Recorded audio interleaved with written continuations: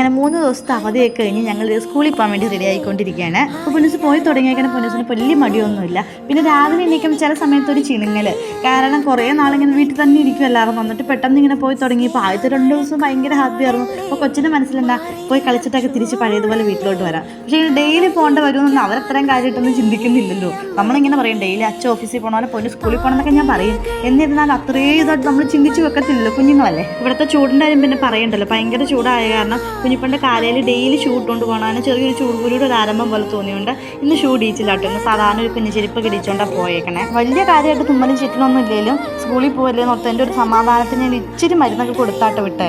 നാട്ടിൽ പിന്നെ ഓണത്തിന് തിരക്കും കാര്യങ്ങൾ എത്തിയ കാരണം ചേച്ചിയുടെ വീട്ടിലോട്ട് മുത്തശ്ശി എത്തിയിട്ടുണ്ട്. മറ്റമ്മച്ചി അപ്പോൾ കൊച്ചിനെ യൂണിഫോം ഒന്നും ഇട്ട് കണ്ടില്ല, സ്കൂളിൽ പോകണതൊന്നും അങ്ങനെ കണ്ടില്ലായിരുന്നു. അപ്പോൾ ഇത് രാവിലെ മറ്റമ്മച്ചി വിളിച്ച് കൊച്ചിനോട് വർത്താനൊക്കെ പറഞ്ഞു. പിന്നെ ഞങ്ങളുടെ സ്ഥിരം സ്പോട്ടിൽ എത്തിയിട്ടുണ്ട്, നമ്മുടെ ഗേറ്റിൻ്റെ സൈഡിലുള്ള തണവിൽ. ഇതിലാ വണ്ടി വന്നതെന്ന് അറിയില്ല, ചിലപ്പോൾ ഇപ്പുറത്തോടെ വരും, ചിലപ്പോൾ അപ്പുറത്തോടെ വരും. അതുകൊണ്ട് ഞാൻ 4 പാടും വണ്ടി ഉണ്ടോ എന്ന് നോക്കിയിരിക്കുക. അയ്യോടാ പാവൻ്റെ കാലേ പിടിച്ചുകൊണ്ടിരിക്കണം. ഞാനത് വീഡിയോ എഡിറ്റ് ചെയ്തപ്പോഴാണ് കാണുന്നത്. എനിക്കപ്പോൾ പാവം തോന്നി കേട്ടോ.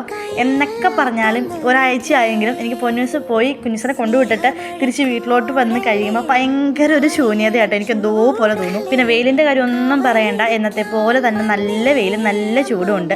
ഈ പൊന്നൂസിൻ്റെ വണ്ടി വന്നു. ഇന്നും എനിക്ക് ചെറിയ സംശയമായിരുന്നു ഇത് തന്നെയാണോ എന്ന്.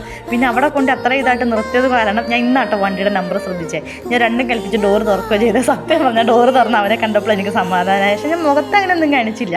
പിന്നെ എനിക്ക് പോണ കണ്ടപ്പോൾ പാവം തോന്നി. പിന്നെ ചേട്ടായി വിളിച്ചു പറഞ്ഞിട്ടുണ്ടായിരുന്നു കൊച്ചിന് ചെറിയൊരു ക്ഷീണം ഉണ്ടെന്ന് ശ്രദ്ധിച്ചേക്കണേന്ന് വിളിച്ചു പറഞ്ഞിട്ടുണ്ടായിരുന്നു. പിന്നെ ഞാൻ വീട്ടിൽ കയറി വന്നു. അങ്ങനെ എൻ്റെ പണിയൊക്കെ തുടങ്ങി. ഇനി ചക്കര വരുമ്പോഴേക്കും ചക്കരയ്ക്ക് എന്തെങ്കിലും സ്പെഷ്യലായിട്ട് ഉണ്ടാക്കി വെക്കണം എന്നാണ് പറഞ്ഞത്. അതുകൊണ്ട് പെട്ടെന്ന് പണിയൊക്കെ ചെയ്ത് ഞാൻ എല്ലാം തീർക്കട്ടെ കേട്ടോ.